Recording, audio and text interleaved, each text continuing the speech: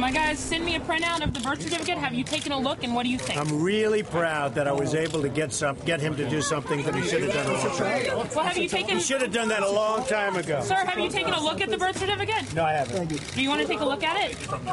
Later. I'll take a look. Okay, thank you. Where's my pen? That was Donald Trump, afraid to even look at the proof of his idiocy when an NBC News producer tried to show it to him. Today, former Bush speechwriter David Frum posed the most important question about what Trumpism has done to the Republican Party. He wrote at FrumForum.com, any last lingering doubts that maybe, perhaps, a pregnant Stanley Ann Dunham in the summer of 1961 boarded a propeller plane from Honolulu to Los Angeles, then from Los Angeles to New York City, then from New York City to Gander, then from Gander to London, then from London to Nairobi, and then repeated the trip backward a few weeks later, all so that her baby could acquire Kenyan nationality. Those doubts are definitively squelched, as they should have been 3 years ago. Now, the more haunting question, how did this poisonous and not very subtly racist allegation get such a grip on our conservative movement and our Republican Party? Joining me now, MSNBC contributor and Washington Post columnist Jonathan Capehart and MSNBC political analyst Jonathan Alter, also the author of The Promise, President Obama, Year One.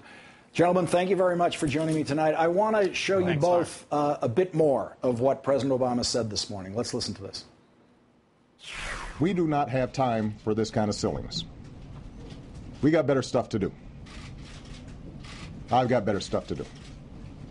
We got big problems to solve, and I'm confident we can solve them, but we're going to have to focus on them, not on this. Jonathan Capehart, did the White House believe they had to do this today? They had to get the president out there, produce the birth certificate in order to get the focus back on the big problems? Well, there were two things. Yes, the White House felt that it was important to do this to move on to more serious subjects, but also the president was just plain and simple frustrated by the fact that this distraction, as he called it, was crowding out more serious issues, but also just what it was doing to him. I mean, the idea that the president of the United States is being hounded by people who, even when they brought it up in 2008, were considered fringe, are now the mainstream of the Republican Party. And I feel comfortable saying that when the latest poll shows that about 45% of people who identified themselves as Republican said they questioned whether the president of the United States was indeed an American. Jonathan Alter, to that point that Jonathan just made about the 45%, at some point were the polls in effect telling the White House this controversy, to the extent that it exists out there, is good for us, it's crazy, people recognize it's crazy, it's often a corner of our politics where the crazy people are. Did something happen in the polls to make the White House think, no, this has moved, it's moved out of the crazy corner, and it's moving toward us in a way that we have to stop? No, I don't actually think that's what happened. I think this has always been advantageous for the president because it marginalizes the Republican Party. And, you know, if he was really just looking out for his own political self-interest, he wouldn't have done what he did today. But I think, as Jonathan pointed out, this is a guy who hates what he calls petty distractions. You might recall during the Pennsylvania primary in 2008, he felt that Hillary Clinton had gotten involved in a series of distractions that were getting them off the serious issue. So in some ways, you know, they waited for a while to see who would eat this garbage, and it turned out more and more Republicans were willing to do it and marginalize themselves. But at a certain point, when you're talking about the debt limit, you know, the possible default of the United States, he really wanted to refocus the political argument. But what's fascinating to me is what you were talking about earlier, that, you know, I live up in the New York area, and we've known for years that Donald Trump was a bully and a fool. Mm-hmm. But we've only recently learned that he's also a racist, and now we know that he's a dupe, a sap, and, you know, willing to believe the most ridiculous hoax stories. He's been you know, fooled. And his counterattack today has kind of distracted attention by kind of ramping up the racism. He's distracting attention from the fact that he got taken by some very, very flimsy conspiracy stories. Jonathan Capehart, Talk to us about the racial component of this controversy and how you think that may have ultimately landed on Barack Obama. Here he is bringing up a family. He's got 2 black children who and his very legitimacy is being publicly attacked. The very essence of who he is being questioned and publicly attacked. Was he standing up for more than just himself today?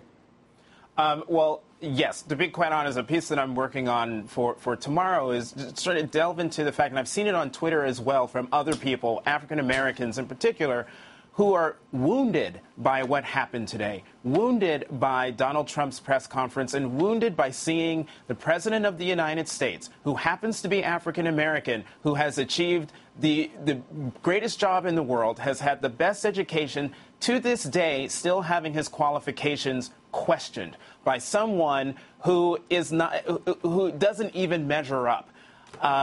For a lot of African Americans, and for myself in particular, it's really hard in 2011 to know that you can work hard, play by the rules, achieve great things, and I'm talking about the President of the United States, and still have people look at you as less than, look at you as not deserving, looking at you as unqualified, despite the fact that there's evidence aplenty that you are indeed qualified, that you are indeed legitimate, that you are indeed right to lead. Jonathan, Jonathan Capehart, just to stay with this as we go out, there's the challenge of his admissibility to these elite universities, but when he gets to Harvard Law School, the most elite spot he ends up in the educational ladder, he excels within the student body, and he gets to the top of the student body. He proves himself as a student, and what admissions committees are trying to do is simply predict who's going to work out best here. And you can have some people with higher scores who turn out not to perform as well as people with lower scores. It seems to me that the Harvard Law School Admissions Committee bet exactly right on Barack Obama, that he was going to excel. Yep. And you're left here today with someone who got to be president of the Harvard Law Review and is being challenged on his academic achievement. And it leaves me feeling, so what could the man possibly have done in his life to get beyond a challenge of his academic achievement? Well, you know, Lawrence, this is something that plenty of African Americans have to put up with every day. They just don't put up with it on the global scale that President Obama has to put up with it.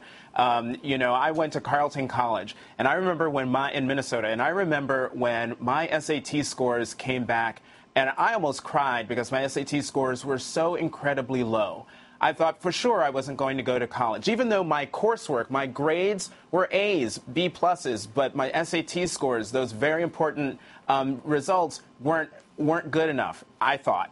But Carleton, as Harvard took a chance on President Obama, Carleton took a chance on me, and because of that, I get to talk to you now. But if admissions offices and other people don't take those chances and listen to idiots like Donald Trump, then we'll be poorer as a nation. Well, guys, I'm sorry we don't have more time for this. We got to go. I'll tell you right now, Harvard College took a chance on my SAT scores too. Jonathan they did on Capehart, Obama's. His were high. I know. So it's ridiculous. The whole thing is ridiculous. All right, we're going to find out more about that later. Jonathan Alter, Jonathan Capehart, thank you both very much for joining me tonight. Thanks, Lawrence.